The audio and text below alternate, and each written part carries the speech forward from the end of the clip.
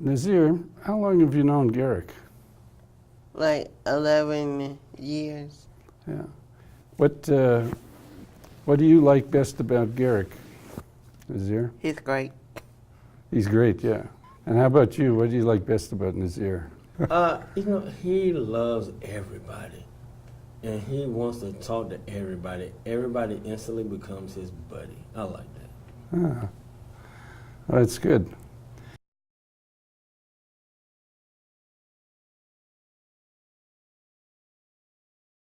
So how old are you now, Nazir? 19. And what are you going to do with your life? Do you know?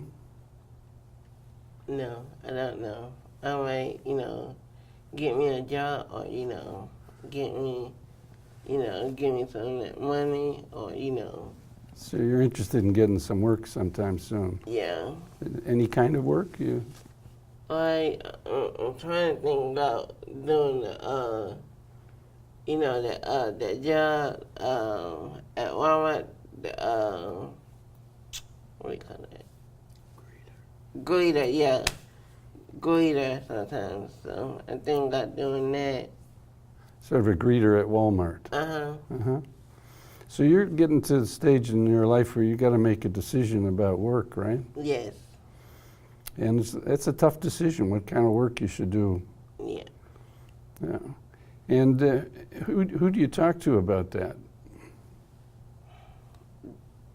Garrick. Yeah. Yeah. And Garrick, when you talk with Nazir about that, what sort of comes up? Well, first and foremost, we discussed my percentage of his salary when he's working. Remember that I get $30 every pay period. Remember that, Nazir. But then we talk about how long would you do one particular job, and how much money do you think you should make doing that job, and then without getting too bogged down, I said, well, if you get assistance from the government, then you can only make so much, so do you want to keep that?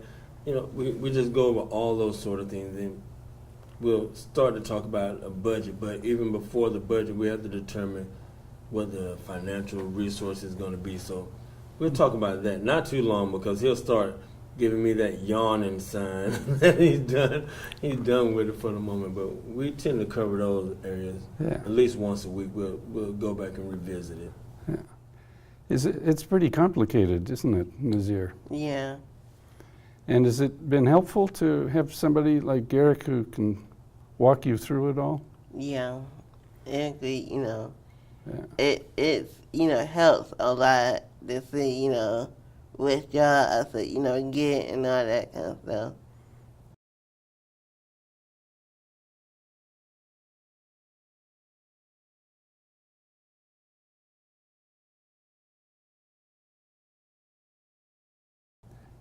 Yeah. If you had to think about it just all by yourself without Garrick, would it be harder for you? Yeah. Yes. Harder, yeah. So Garrick, sounds like Garrick makes things clear for you, Yeah. or clearer at least. Yeah. And do you think you now know a lot more about what's involved in work and getting a job? I think so. I'm not, particularly, sure about that. Yeah, so you still have a lot of questions that haven't been answered. Yeah. But you feel like you've made progress, though. Yeah. Most people find the whole issue of what's a good job for me a big problem, trying to figure it out. What's the right job? And how much, there's only so much money you can make. Yeah. And, after Garrick takes out his share, then it gets really complicated because Yeah.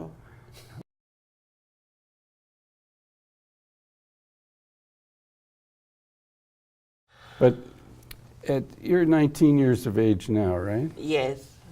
And do you feel like you make most of your own decisions for yourself? Yes, I said make, my own decisions and all that kind of stuff. Is that important to you to make your own decisions? Yes, it's like a good idea to make my own decisions. Why do you think it's so important to you to make your own decisions? So I don't have to, I can do, everything without, my mom, telling me, doing that, telling me, this and that. So.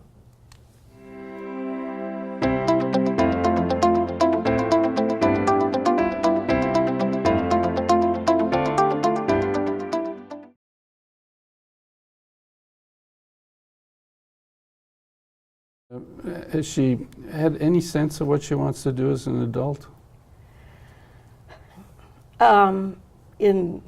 No, basically.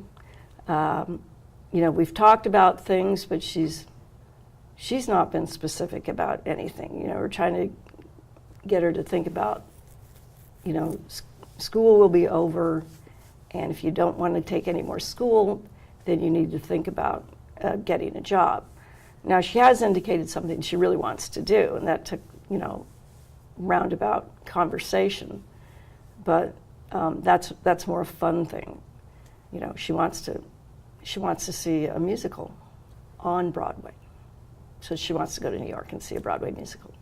That's a pretty good start. Yeah, I mean, I think, well, But I mean, that's, fun vacation. So, Yeah. But beyond that, we haven't really got her to talk about what she wants to do, or get her to talk to us about it.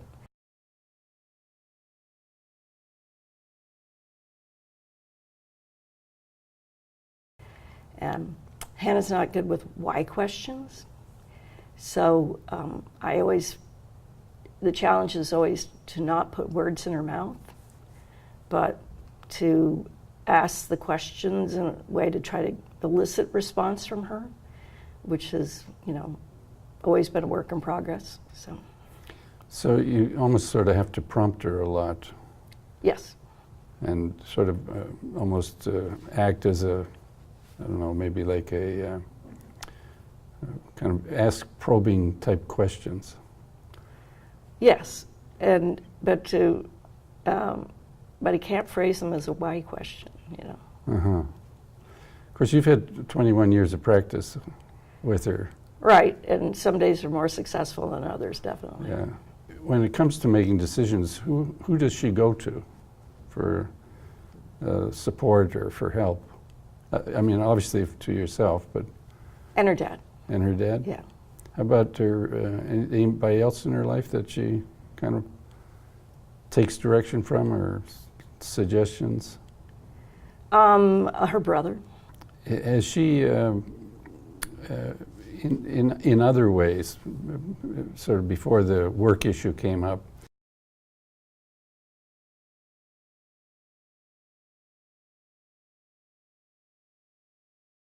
has she indicated anything she'd like to do with her life that she would look forward to besides the kind of the Broadway play in New York? Some sort of like life interest that was not necessarily work related, but... Well, she's crazy about the movies, and I get that because I am too. And that's why I thought the program at Georgia State would be good for her, because it's all about video and audio, right? But that's just not in the cards right now. And but that's really, I mean, she doesn't, she's not necessarily fond of little kids. She's not particularly fond of animals. So it sounds like you think this is going to take a while. We don't know. So. You sort of take it one day at a time then. Right. I think it will take a while. And we'll probably have to try some things out. We don't really know what kind of effect that'll have on her dad and I's work life. And we don't know that yet. I mean, I'm thinking about it, but we don't know yet what would that entail. So.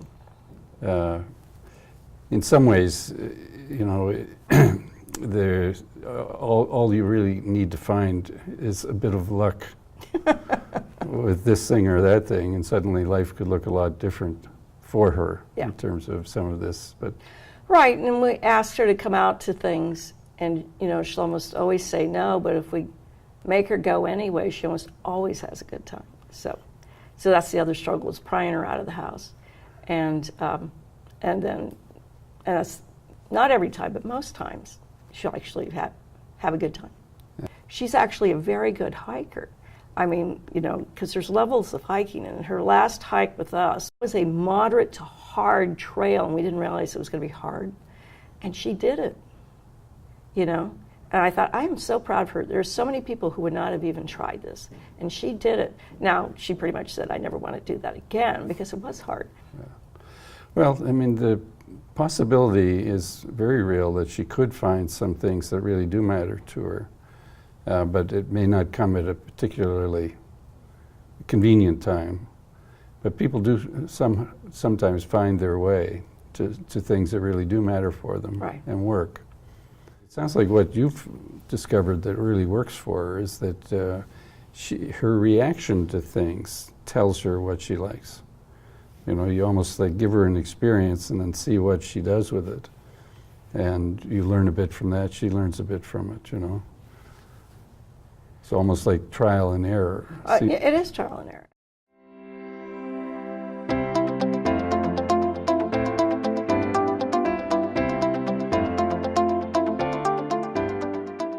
When John speaks, he'll be speaking using the little board there that helps him say what he needs to say. And so we'll stop at times like that so that he can point to the letters that are important. So it sounds like, John, that your life possibilities are now much greater than people were even thinking about a few years ago. Even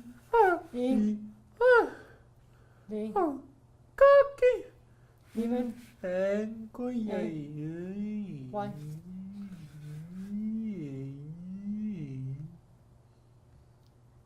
Even a year ago. It was about a year ago that he presented it with Darcy, and then, so yeah. Yeah. Even a year ago.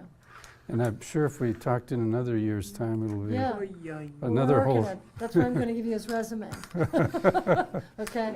Well, he may have quite a livelihood ahead as a public speaker or presenter. He might. Yeah. T. That's. P. That's my plan. So all you want then, John, is just to be rich and famous?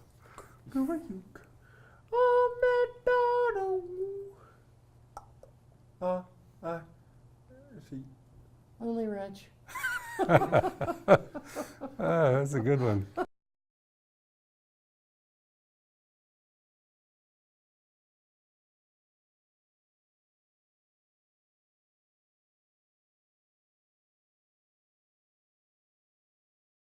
John has told me before we started viewing that he is not happy with the idea that he became a ward and would like to get that changed.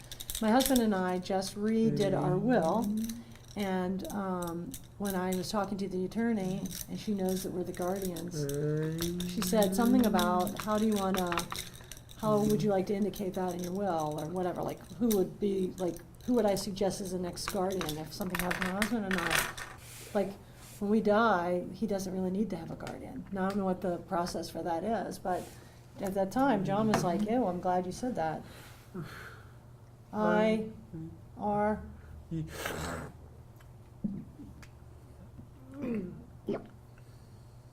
T,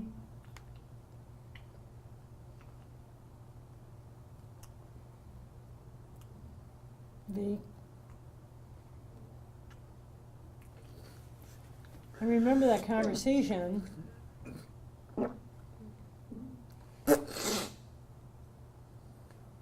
W,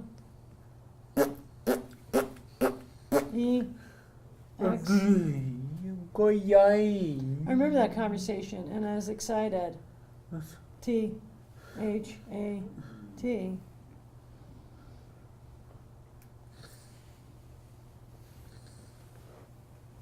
I remember that conversation, and I was excited that you said that.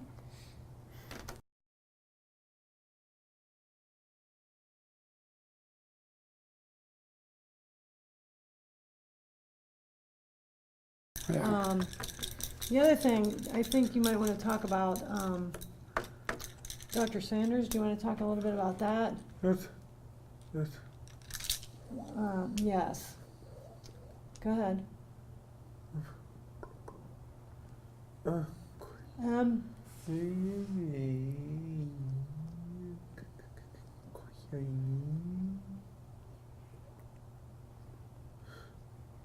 H.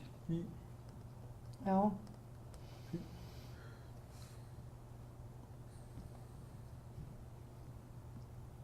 C.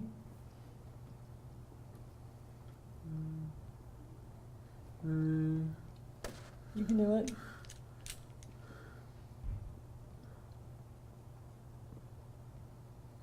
My mom has been helping while I'm changing medication.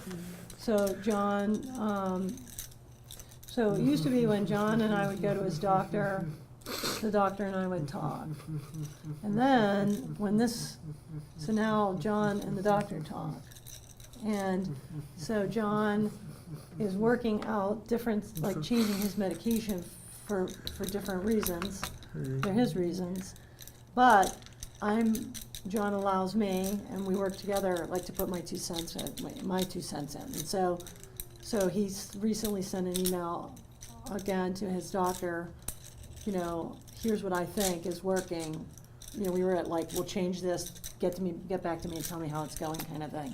And so he did that, and then John and I worked through, like I said, my part, and then I read, here's what I said, and then John, so it was his email, but he's allowing me to, and I think you want my support on that. Yeah. I. H.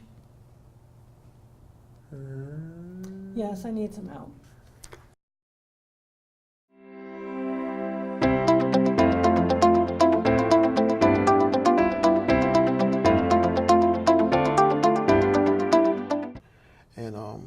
And that brain injuries is really serious, and a lot of people don't know what happened, like me.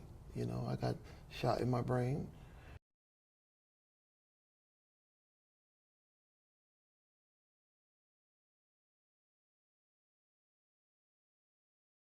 I never have a brain injury. I never have no seizures before and everything. That's when I said, wow, this is something. And I feel it's real good. I feel like I'm winning. But when I came back, one day in New York, I got shot. And everything changed.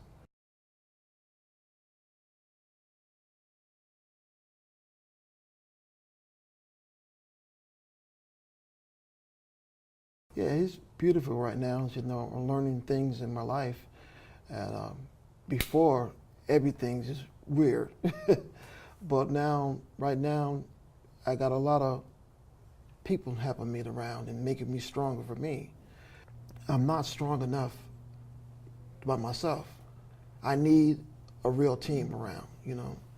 And I'm happy now. I'm not I ain't angry and everything, but just I want a better life, you know. It's a beautiful thing to know that somebody really cared, to a person like myself. Now, you've got a lot of people that are kind of in your corner helping you. Mm-hmm. You want to just describe a few of the people that you count on? That man right here. Yeah. Lysis. He's the man. He's a good person. He's a good heart for me, you know. And I had some bad days, and he talked to me. He called me sometime, and anytime I call him, he answered the phone. Or he working or something, I'll call you back, you know. To me, it's a good thing for me, you know, to know somebody is really care. You know, he got a job, but he still care. Sometimes he's not working. he still will call me. That's a beautiful feeling, you know. My mother and father, he called a lot. My sister called me. Like he knows my mother and father. He don't know my father like that, but my mother can talk all day. And yeah, I love my mother. So he's always is my rock. It's my rock, and my sister too.